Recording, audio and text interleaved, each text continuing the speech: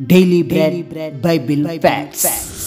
యేసుక్రీస్తును సమాధి చేయడం మొదలుకొని ఆయన ఆరోహణం వరకు ఏ సంఘటనలు జరిగాయి? నలుగురు సువార్తికులు ఒక వరుస క్రమంలో పునరుద్ధాన విషయాలు ప్రస్తావించలేదా? అసలు యేసుక్రీస్తు పునరుద్ధానం అయ్యాక మొదట ఎవరికి కనిపించాడు అనే విషయాలు ఈ వీడియో ద్వారా పూర్తిగా తెలుసుకుందాం. మత్తయి, మార్కు, లూకా, యోహాను సువార్తికులు క్రీస్తు పునరుద్ధానం గురించిన ప్రతి వివరాలను మరియు జరిగిన ప్రతి సంఘటనలను ఒక వరుస క్రమంలో వివరించలేకపోయారు. ఉదాహరణకు, యేసుక్రీస్తు పునరుద్ధానం అయ్యాక ముందు ఎవరికి కనిపించాడు, ఆ తరువాత ఎక్కడికి వెళ్ళాడు అనే వరుస క్రమం ఏ ఒక్క సువార్తికుడు కూడా సరిగ్గా వివరించలేకపోయారు. విడివిడిగా జరిగిన సంఘటనలను నలుగురు సువార్తికులు వ్రాశారు. కానీ మనం నలుగురు సువార్తికులు వ్రాసిన పునరుద్ధాన విషయాలు జాగ్రత్తగా పరిశీలిస్తే ఒక వరుస క్రమం అనేది మనం ఏర్పాటు చేసుకోవచ్చు.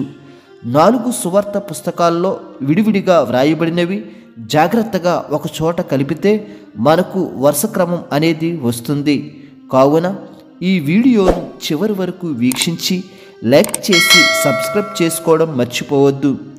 ఇప్పుడు మనం క్రీస్తు పునరుద్ధానం తర్వాత జరిగిన సంఘటనల గురించి కాలక్రమానుసారంగా తెలుసుకుందాం.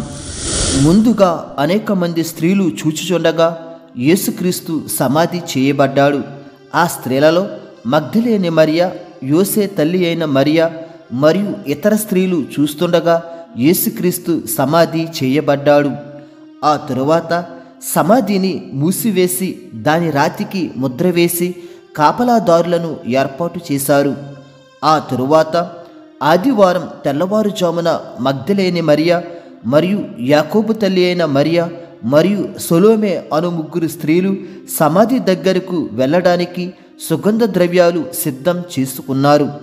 ఆ తరువాత పరలోకము నుండి ఒక దేవదూత సమాధి వద్దకు వచ్చి రాయిని దొర్లించి దానిపై కూర్చున్నాడు. అప్పుడు భూకంపం సంభవించింది. దానికి కాపలాదారులు మూర్ఛబోయారు. ఆ తరువాత మగ్దలేని మరియ మరియు యాకోబు తల్లి అయిన మరియ మరియు సొలోమే అను 3 స్త్రీలు యేసు సమాధి వద్దకు చేరుకుని సమాధి ఖాళీగా ఉందని కనుగొన్నారు. అప్పుడు మగ్దలేని మరియ తనతో పాటు వచ్చిన 2 స్త్రీలను అక్కడే విడిచిపెట్టి శిష్యులైన పేతురుకు, యోహానుకు చెప్పడానికి పరిగెత్తుతాది. ఆ తరువాత సమాధి దగ్గర ఉన్న మిగిలిన 2 స్త్రీలు అనగా యాకోబు తల్లి అయిన మరియ మరియు సొలోమీలు 2 దేవదూతలను చూస్తారు. ఆ 2 దేవదూతలు ఆ స్త్రీలతో ఈ విధంగా అంటారు: యేసు ఇక్కడ లేడు, ఆయన లేచి ఉన్నాడు. ఇప్పుడు యేసు గలిలయకు వెళ్ళనై ఉన్నాడు. శిష్యులకు గలిలయలో ఉన్న యేసును కలవమని మీరు వెళ్ళి శిష్యులకు చెప్పండి అని 2 దేవదూతలు 2 స్త్రీలకు ఆజ్ఞాపిస్తారు. ఆ తరువాత ఆ 2 స్త్రీలు అనగా యాకోబు తల్లి అయిన మరియ మరియు సొలోమీలు మరియు ఇతర స్త్రీలు దేవదూతలు చెప్పినట్టుగా శిష్యులకు చెప్పడానికి బయలుదేరుతారు. ఆ తరువాత మూర్ఛబోయిన కాపలాదారులు మరలా లేచి ఖాళీ సమాధిని చూసి అధికారులకు తెలియజేస్తారు. అప్పుడు ఆ అధికారులు కాపలాదారులకు లంచం ఇచ్చి యేసు శరీరం శిష్యుల చేత రాత్రివేళ దొంగిలించబడిందని ప్రచారం చేయమని ఆదేశాలిస్తారు. ఆ తరువాత యాకోబు తల్లి అయిన మరియా మరియు సొలోమి శిష్యులను వెతకడానికి వెళ్ళినప్పుడు యేసు వీరికి ఎదురుగా కనిపిస్తాడు.